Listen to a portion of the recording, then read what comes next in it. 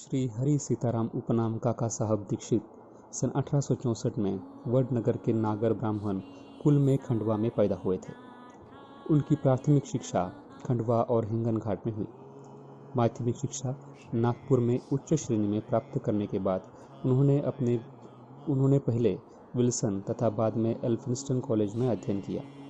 सन 1883 में उन्होंने विधि स्नातक और कानूनी सलाहकार की परीक्षाएं उत्तीर्ण की और फिर वे एक सरकारी solicitor firm messrs little and company में कार्य करने लगे। इसके पश्चात उन्होंने अपनी एक सॉलिसिटर फर्म शुरू कर दी।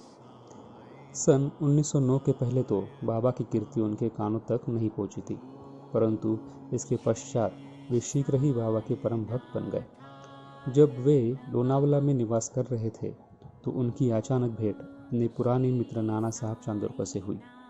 दोनों ही इधर उधर की चर्चाओं में अपना समय बिताते थे।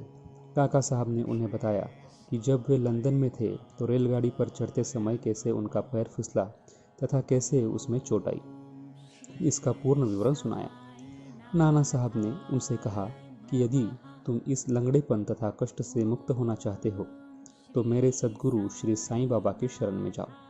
उन्होंने बाबा का पूरा पता बताकर उनके कथन को दोहराया कि मैं अपने भक्त को 7 समुद्रों के पार से भी उसी प्रकार खींच लूँगा जिस प्रकार की एक चिड़िया को जिसका पैर रस्सी से बंधा हो खींचकर अपने पास लाया जाता है। उन्होंने यह भी स्पष्ट कर दिया कि यदि तुम बाबा के निजी जन न हो तो तुम्हें उनके प्रति आकर्षण भी न होगा और न ही उनके दर्शन प्राप्त होंगे। काका साहब को ये बातें सुनकर बड़ी प्रसन्नता हुई और उन्होंने कहा कि वे शिरडी जाकर बाबा से प्रार्थना करेंगे कि शारीरिक लंगड़ेपन के बदले उनके चंचल मन को अपंग बनाकर परमानंद की प्राप्ति करा दे। कुछ दिन के पश्चात ही बम्बई विधानसभा के चुनाव में मत प्राप्त करने के संबंध में काका साहब दीक्षित अहमदनगर गए और सरकार काका साहब मिरीकर के यहाँ ठहरे। श्री बाला साहब मिरीकर, जो कि कोपरगांव के मामलतदार तथा काका साहब मिरीकर के सुपुत्र थे, वे भी इसी समय अश्व प्रदर्शनी देखने के हेतु अहमदनगर पधारे थे। चुनाव का कार्य समाप्त होने के पश्चात काका साहब दीक्षित शिरडी जाना चाहते थे। यहाँ पिता और पुत्र दोनों ही घर में विचार कर रहे थे कि काका साहब के साथ भेजने के लिए कौन सा व्यक्ति उपयुक्त होगा, और दूसरी ओर बाबा अलग ही ढंग से उन्हें अपने पास बुलाने का प्रबंध कर रहे थे। श्यामा के पास एक तार आया कि उनकी सांस की हालत अधिक शोचनीय है और उन्हें देखने वे शीघ्र ही अहमदनगर को आए। बाबा से अनुमति प्राप्त कर श्यामा ने यहाँ जाकर अपनी सांस को देखा, जिनकी स्थिति में अब पर्याप्त सुधार हो चुका था। प्रदर्शनी को जाते समय नाना साहब पानसे तथा अप्पा साहब गर्दे की दृष्टि अचानक श्यामा पर पड़ी। उन्होंने श्यामा से मिरीकर के घर जाकर काका साहब दीक्षित से भेंट करने तथा उन्हें अपने साथ शिरडी ले जाने को कहा। उन्होंने श्यामा को आगमन की सूचना काका साहब दीक्षित और मिरीकर को भी दे दी। संध्या समय श्यामा मिरीकर के घर आए। मिरीकर ने श्यामा को काका साहब दीक्षित से परिचय करा दिया और फिर ऐसा निश्चित हुआ कि काका साहब दीक्षित उनके साथ रात 10 बजे वाली गाड़ी से कोपरगांव को रवाना हो जाएंगे।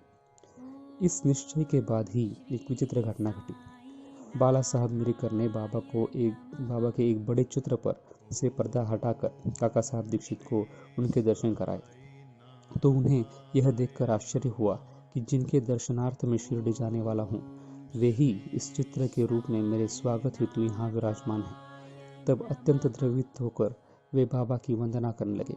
यह चित्र मेघा का था और कांच लगाने के लिए मिरीकर के पास आया था। दूसरा कांच लगवा कर उसे काका साहब दीक्षित तथा श्यामा के हाथ वापस शिरडी भेजने का प्रबंध किया गया। 10 बजे से पहले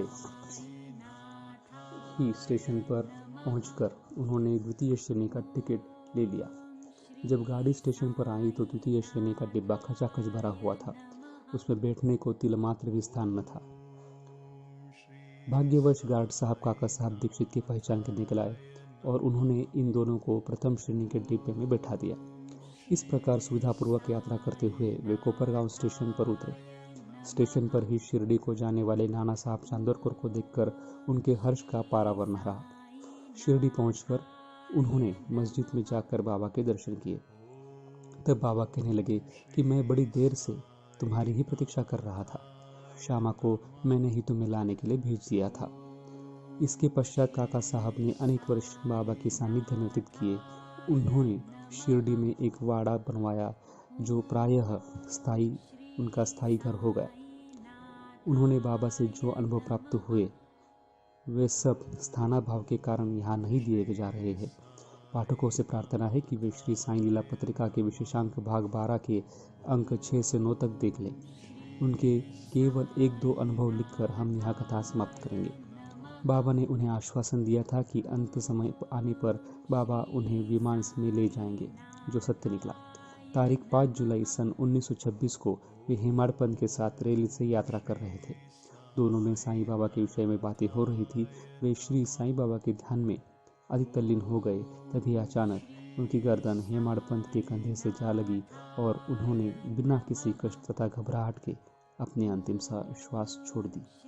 ओम साईं राम।